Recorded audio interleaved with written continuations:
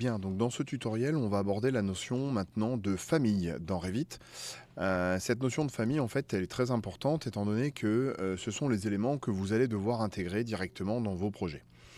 Alors ici, dans Revit, là, on est encore une fois sur la version 2025.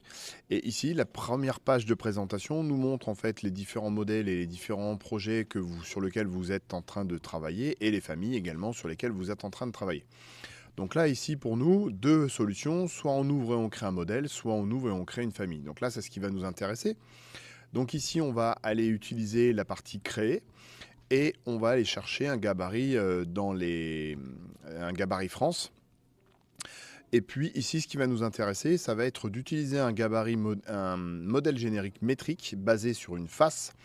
C'est-à-dire que je pourrais, en fait, dans ce gabarit-là, je pourrais utiliser en fait une famille qui sera après derrière utilisée dans Revit et je pourrais donc l'implanter sur un support, soit sur une face, soit sur soit sur une face verticale, c'est-à-dire un mur. Donc ici, je viens sélectionner ce gabarit et je fais ouvrir. Donc ici, on retrouve dans Revit, en fait, alors par rapport à un projet, on a différentes vues dans l'arborescence. Une vue de niveau de référence, une vue 3D. Cette vue 3D, en fait, ici, nous montre, donc, en fonction du niveau de détail. Donc là, je vais le placer sur élevé et je le mets en ombré. Donc là, en fait, j'ai un espèce de prisme qui est affiché. Et en fait, ce prisme, ici, si je clique dessus, eh bien, en fait, va nous permettre de tout simplement de modéliser en fait l'hôte sur lequel sera placé notre équipement. Sur Revit, la notion d'hôte est assez importante, c'est-à-dire le support sur lequel il va être ancré. Ici, donc, on va rebasculer sur la partie niveau de référence. Et alors, pour cette explication et ce tutoriel, eh bien, à la demande d'un de mes étudiants, c'est la modélisation en fait tout simplement d'une béquille connectée. Alors voilà, si la béquille connectée en question. Donc là, c'est une béquille connectée de la marque Salto. Voilà, donc aujourd'hui, dans le monde de la sûreté, du contrôle d'accès, on a souvent ce genre de béquille qui est utilisé. Ce sont des béquilles avec des protocoles radio. Et ce qui va nous intéresser, bien évidemment, ça va être de pouvoir nous intéresser aux différentes codes qui sont ici pour pouvoir maintenant, en fait, derrière, modéliser, en fait, eh bien, tout simplement, cet élément-là. Donc derrière, on peut s'intéresser aux différentes finitions. Pareil au niveau du lecteur, dans Reader Finish, c'est la finition du lecteur qui est ici, en fait, le lecteur de badge ou de différentes technologies. Je crois que cette technologie-là embarque le NFC, voilà, c'est ça. Donc elle fonctionne avec trois types de technologies en wireless, c'est-à-dire du Bluetooth, du NFC et du RFID, avec différents types de protocoles. On a du MyFair essentiellement. Et ici, donc voilà, ce qui va nous intéresser, donc on va zoomer ici. Et ce qui va nous intéresser, ce sera tout simplement les cotes ici pour la création de notre famille. Donc on va basculer maintenant dans Revit. Et puis, eh bien, on va maintenant utiliser des lignes de référence tout simplement pour pouvoir, si je reprends mes cotes ici, refaire tout simplement cette partie-là. Donc là, on va prendre les cotes ici de 40 pour pouvoir en fait réaliser notre béquille. Donc là, je prends mon niveau de référence, je viens ici le dupliquer et je vais créer une ligne avec un décalage de 20 de telle sorte à ce que j'ai, si je zoome, voilà, je mets mon axe à gauche, mon axe à droite, de façon à avoir un décalage. Je prends la fonction cote alignée et sur cette cote alignée, ce que je veux, c'est euh, que lui créer une contrainte d'égalité et ici, lui mettre la cote de 40. Sur cette cote de 40, je lui crée un libellé, donc un paramètre, et là, je vais mettre L pour largeur de cote. Voilà. Donc ici, je vois que mon écriture, elle est un petit peu importante. Ce que je peux faire, bien évidemment, c'est de changer d'échelle. Et maintenant, je vais créer en fait une cote. Donc là, il me faut une cote de 121 pour savoir où sera placée ma poignée et une cote de 161. Hop. Donc une cote de 121. Donc pour ça, je viens cliquer sur un des axes une des plans de référence, je viens le dupliquer. Là, je garde cette fonction-là, la fonction ligne, et je viens créer un déport de 121 mm. Donc, je me place ici. Je change l'autre, c'est 161. Donc, je rebascule sur Revit et je prends... Alors, avant tout, je viens... remettre le bon décalage par rapport à mon entrée d'axe. Voilà, et donc ça veut dire qu'en fait ma poignée elle sera placée sur les références centrales. Voilà, donc voilà qu'on a fait nos cotes hautes et basses. Donc là je vais apposer une cote, apposer une autre cote. Celle-ci je lui crée un paramètre de libellé et je vais lui mettre décalage, décale hauteur poignée. Ok. Je vais faire la même chose avec le bas. Donc le décalage bas poignée.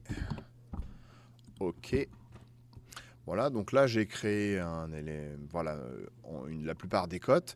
Je viens basculer ici pour voir si j'ai besoin de créer d'autres cotes. Donc là au total je dois avoir une cote de 182 total. Donc là je bascule dans Revit, je peux lui créer une cote alignée et j'ai bien mes 182 comme sur le plan. Je rebascule ici et maintenant je vais me placer sur une vue de côté de façon à pouvoir aussi créer toutes ces cotes au préalable. Donc on y va, on rebascule sur Revit, je viens sur une cote, je viens sur une vue de droite et sur ma vue de droite, je viens donc dupliquer ici mon plan de référence et je lui fais un déport de 20 mm. Alors ce déport en fait c'est ni plus ni moins que, si je rebascule ici, que l'épaisseur en fait ici de mon support. Ensuite j'ai un décalage de 12 également. Donc je rebascule sur Revit et je vais avoir ici, donc je duplique, je garde cette fonction là, je mets un décalage de 12 et on va se mettre ici pour avoir un décalage de 12, c'est-à-dire l'épaisseur de mon lecteur. Ici je viens créer un libellé de cote. Donc là je vais en créer deux. Le premier, hop, je clique sur ma cote, je viens créer mon libellé et donc là c'est l'épaisseur, donc E du support. Ok. Ici la cote de 12, c'est l'épaisseur du lecteur de badge. Alors, on aurait pu mettre reader, c'est la partie anglaise. Hop, voilà. Donc ici je me bascule sur une échelle différente. Voilà, donc là, il suffit maintenant de réaliser nos différentes extrusions. Donc par contre, je vais vérifier au niveau de ma cote, est-ce que j'ai une longueur ici sur le lecteur, est-ce que c'est défini? Pas vraiment. Donc là, je vais me débrouiller directement dans Revit pour apposer des longueurs un peu spécifiques. Donc là, maintenant, je vais passer à l'extrusion. Donc ici, je vais créer une extrusion. Cette extrusion, je vais lui laisser sa profondeur de 250, mais on a une profondeur de 20 mm. Donc on peut le modifier, hein, on peut mettre directement 20 mm. On aurait pu le laisser et puis le travailler derrière. Et là maintenant, je vais donc réaliser cette cote. Donc dans un premier temps, je vais donc verrouiller les côtés sans verrouiller le dessus. Clac. Alors, ce qui va m'intéresser ici, c'est de créer l'arrondi en fait au niveau de mon extrusion. Donc, comment je peux faire? Donc, si je valide ici et que je rebascule sur le côté droit, voilà mon extrusion. Si je me regarde en vue 3D, j'ai cet élément-là. Donc ici maintenant, il s'agit de créer en fait un arrondi en haut et en bas. Donc, ce que je peux faire déjà, c'est déplacer ma cote parce qu'elle va me gêner et donc modifier cet élément-là. Donc ici, je viens donc modifier l'extrusion et ça va, ce que je souhaite faire donc c'est de créer un arrondi. Alors mon arrondi ici, c'est, si je rebascule sur Revit, hein, on a sur le plan d'implantation, le plan technique, là j'ai un arrondi qui s'opère au niveau de mon support. Donc ici, on va donc modifier notre élément. Donc je viens cliquer ici, je viens supprimer mes deux traits qui sont en haut et en bas. Et je vais devoir créer donc un cercle. Alors ce cercle, je peux le faire à la main. Alors ce qu'il aurait fallu faire avant, je vais annuler ce que j'étais en train de faire et je vais tout simplement en fait ici cliquer sur une ligne de référence et en apposer une autre. Hop. Et je vais lui mettre un décalage de 20 mm. Donc si je dessine dans ce sens-là, je l'ai vers le haut. Si je dessine dans ce sens-là, je l'ai vers le bas. Donc je vais faire la même chose des deux côtés. Alors pourquoi? Ça va me permettre de créer mon centre pour faire mon arrondi. Donc maintenant je clique sur mon extrusion, je viens la modifier. Et ici avec le cercle, je viens dessiner voilà, deux cercles des deux côtés, de 20 mm de chaque côté. Ensuite, pour récupérer en fait l'arrondi, je viens utiliser la fonction justifier. Je clique sur mon axe, je clique sur le bord haut gauche de mon cercle, pareil de l'autre côté, haut droit, et voilà j'ai mon élément qui est dessiné. Donc je vais faire la même chose avec le bas, donc je clique bien au bon endroit, et maintenant les traits du haut, je viens les... Hop, pardon, alors c'est pas celui-là qui m'intéresse, c'est celui-ci, je viens les modifier. Donc je crée les ancrages à chacun de mes éléments, voilà, et je fais valider. Une fois que c'est validé, je passe sur le côté droit. Et donc là, pour valider et pour verrouiller mon élément, donc je bascule mon épaisseur et je viens la verrouiller vers le haut et je viens la verrouiller également vers le bas. Voilà, donc une fois que c'est fait, eh bien, je vais pouvoir réaliser en fait maintenant l'implantation de mon support de lecteur, donc la partie lecteur de badge. Donc pour mon lecteur de badge, alors, eh bien, au lieu d'avoir un arrondi, eh bien, je vais devoir mettre un petit décalage. On va prendre un décalage de 2 mm. Et puis, on va... Donc là, ma poignée sera située ici. Ce que je vais faire, je vais utiliser donc mon axe de référence. Je vais le dupliquer et je vais lui mettre un décalage de 30 mm. Alors, dans ce sens-là... Voilà. Et maintenant, je passe à la partie dessin. Donc, pour l'extrusion, je vais pareil, je vais créer en fait deux cercles. Donc, un cercle de... on va mettre un cercle de 17. Donc, je vais taper tout simplement 17. Je vais recréer également ici un cercle de 17. Et je vais également donc créer un rectangle. Ce rectangle, je vais lui mettre également une profondeur de 12 mm. Voilà. Et je vais donc le créer ici et ici. Je vais utiliser comme tout à l'heure la fonction ajuster. Voilà. Et je viens tout simplement supprimer les traits horizontaux. Donc voilà, j'ai créé en fait mon support et je fais valider. Je me place dans ma vue à droite et sur ma vue à droite, eh bien, je vais devoir positionner mon élément au bon endroit. Donc c'est-à-dire qu'en fait mon lecteur de badge, il est sur mon support. Voilà. Je passe en vue 3D. Et ça me donne quelque chose, voilà, à peu près, qui ressemble à mon support de béquille.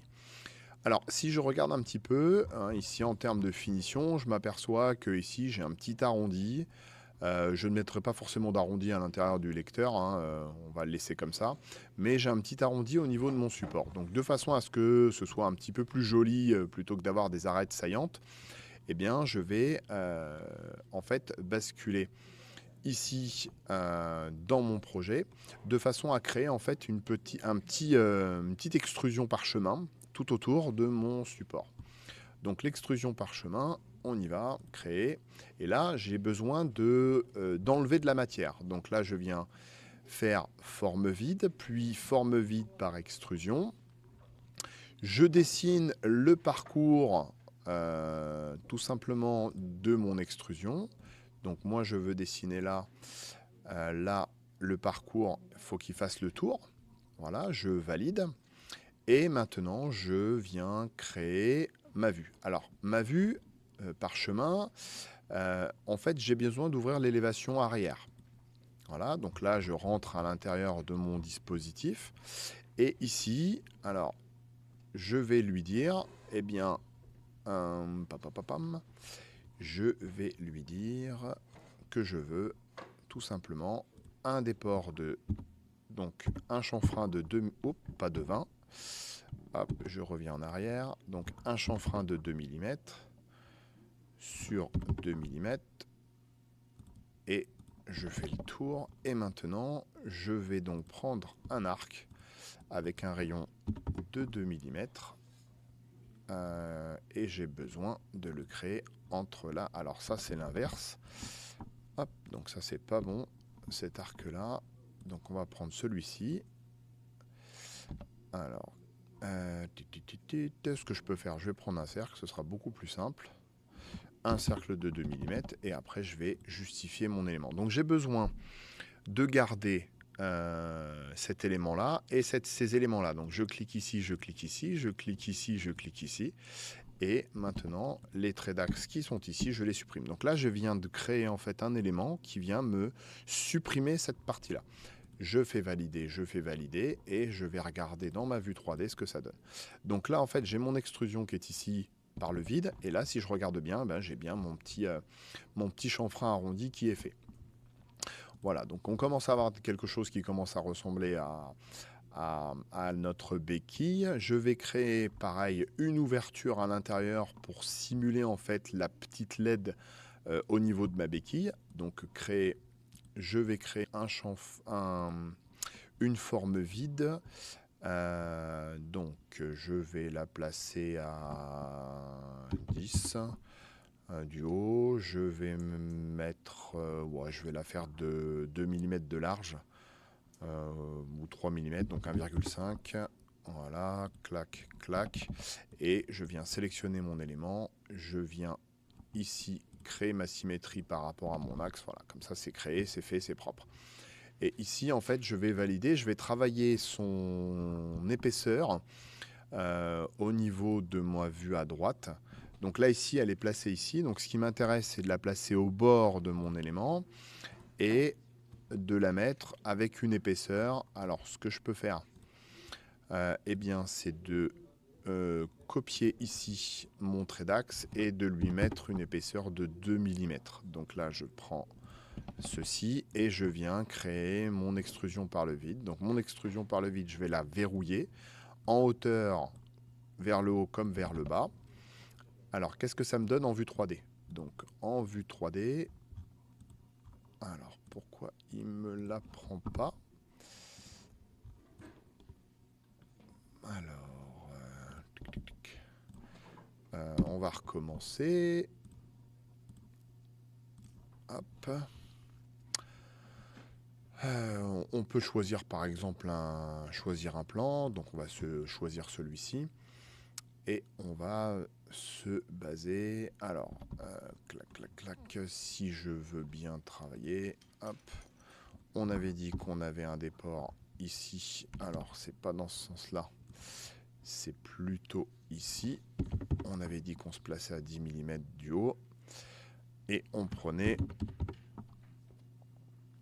Alors, on va faire un lecteur de 8. Voilà. Je vais donc refaire. Alors par contre là, ce que je vais faire, je vais éviter d'avoir deux traits. Je vais en mettre un définitif. Pourquoi? J'en sais rien. On va se débrouiller. Voilà. Et au niveau de ma finition, impeccable. Au niveau de ma vue droite, eh bien on va verrouiller ici et ici. Et on va voir ce que ça donne en vue 3D. Donc là, ok. Donc là, on est bon. Donc là, on a bien notre trou qui est fait. Et on va refaire exactement la même chose, c'est-à-dire qu'on va recréer une extrusion au même endroit. Donc là, vous allez me dire, mais pourquoi tu fais ça?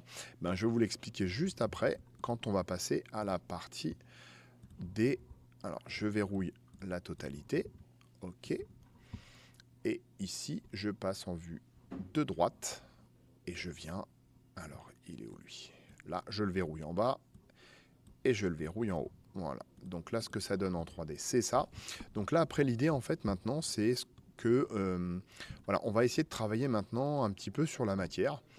Donc, comment je fais? Eh bien, je viens cliquer ici sur mon support de béquille et ici, en termes de matériaux, avec le petit onglet, le petit icône des trois petits points, je viens ici lui créer une nouvelle matière. Donc, je vais lui assigner, en fait, ici, une nouvelle matière. Alors, comment je fais? Je viens créer un nouveau matériau. Avec son identité, je vais mettre le support de support béquille. Voilà. Et dans les ressources Revit, eh bien, je vais lui appliquer en fait une finition de type aluminium. Donc, je vais taper tout simplement Alu. J'ai la possibilité dans Revit soit de lui affecter des propriétés physiques ou des propriétés d'apparence. Donc là, ce qui m'intéresse, c'est plutôt des propriétés d'apparence. Donc je vais aller cliquer dans mes métaux et j'en ai un qui s'appelle, voilà, on va mettre, voilà, on va prendre de l'alu brossé. Donc je double-clique pour affecter en fait le paramètre d'apparence et dans la partie graphique, j'utilise le rendu de l'apparence de rendu. Donc je fais OK, OK. Donc là, voilà, j'ai un élément qui me donne voilà, ma texture finale. Je vais faire la même chose avec le lecteur de badge. Donc mon lecteur de badge ici, je vais modifier pareil eh bien, son apparence en créant un nouveau matériau. Hop, ici je vais mettre lecteur et je vais lui affecter. Donc là, ce sera plutôt du plastique. Alors, dans les apparences, plastique, on va mettre du noir mat s'il y a. Clac, clac, clac, j'ai du brillant, noir mat, opaque, ouais, c'est à peu près la même chose. Donc je vais lui assigner cette partie-là et je fais donc dans la partie apparence, j'utilise le rendu. Voilà, et maintenant, j'ai créé un vide pour recréer un élément à l'intérieur pour pouvoir tout simplement lui assigner, pareil, un nouveau matériau. Donc là, je viens créer LED lecteur. Et dans la bibliothèque, on va utiliser pareil du plastique. Mais là, on va essayer de le mettre en mode translucide. Et dans Revit, je sais qu'il existe. Alors, là, c'est du brillant, mat. Voilà, le vert translucide. Donc là, on a du vert brillant translucide. Ça peut être pas mal. Voilà, appliquer.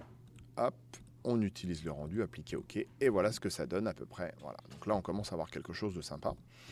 On aurait pu bien évidemment mettre la marque de la société sur le lecteur, hein, comme ce qu'il était stipulé dans la partie, voilà, dans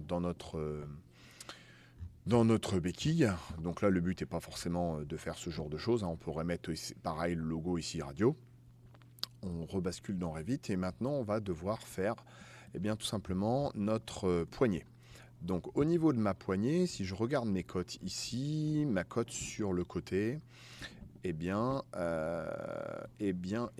j'ai une épaisseur qui est un petit peu plus importante que 12. Donc, on va mettre sur le côté droit, on va rajouter ici une contrainte d'épaisseur qui correspondra au cylindre de support de poignée. Donc ici, je viens créer. Donc là, je viens sélectionner mon plan de référence, je le duplique. Et ici, je viens faire un décalage de, on a dit 14 à peu près, pardon, 14 mm. Voilà.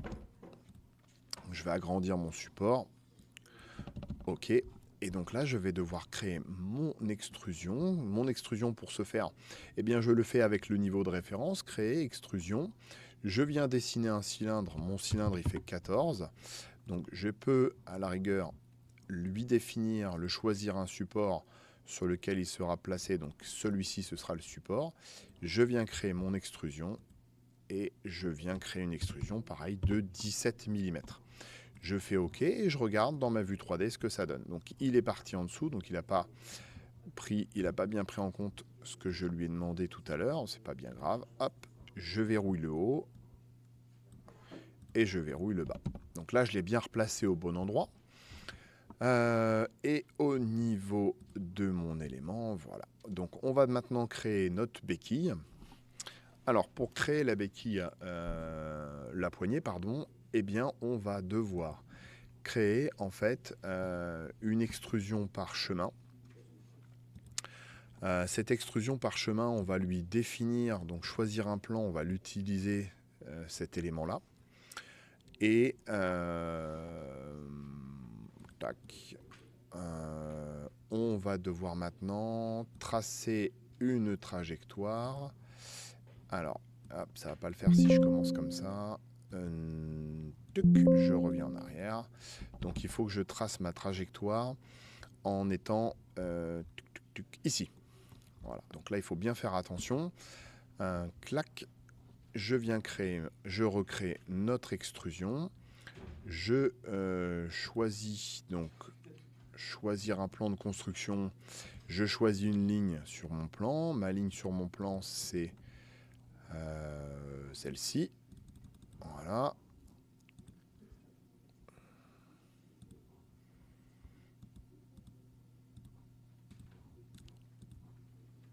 C'est celui-là.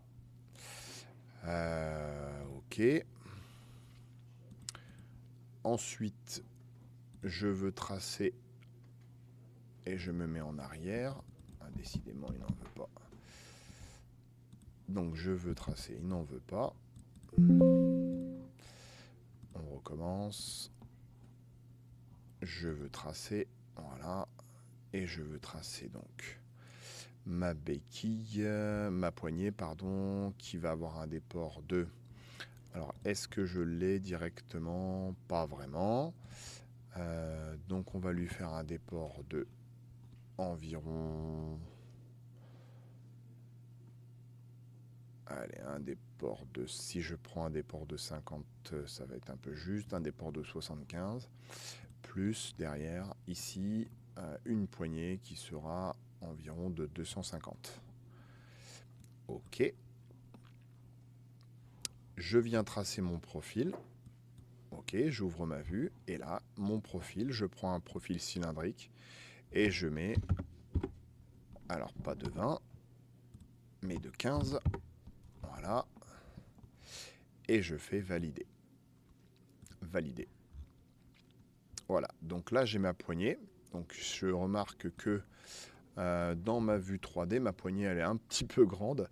Donc, ce que je vais faire, je vais tout simplement modifier... je vais modifier mon profil. Alors là, pardon, la partie trajectoire, et je vais mettre une trajectoire de 200. Voilà, ici je me mets à 200. Voilà, je fais valider, valider, et je regarde ce que ça donne en 3D. Donc là, j'ai une première béquille, impeccable. Voilà. Ensuite, mon support de cylindre. Eh bien, mon support de cylindre, je veux que son matériau coïncide avec le support. Donc là, je vais créer un paramètre partagé. Alors, ce que je vais faire, je vais plutôt le faire au préalable ici. Je vais créer un support ici de béquille avec une occurrence. Support béquille. Ok, ok. Et je viens recréer et je viens affecter un paramètre partagé aux différents matériaux, c'est-à-dire à mon support de cylindre et à ma poignée. Alors, il est là, support de béquille. Voilà. Donc là, on commence à avoir quelque chose de cohérent. Ce que je peux faire, c'est utiliser en fait une autre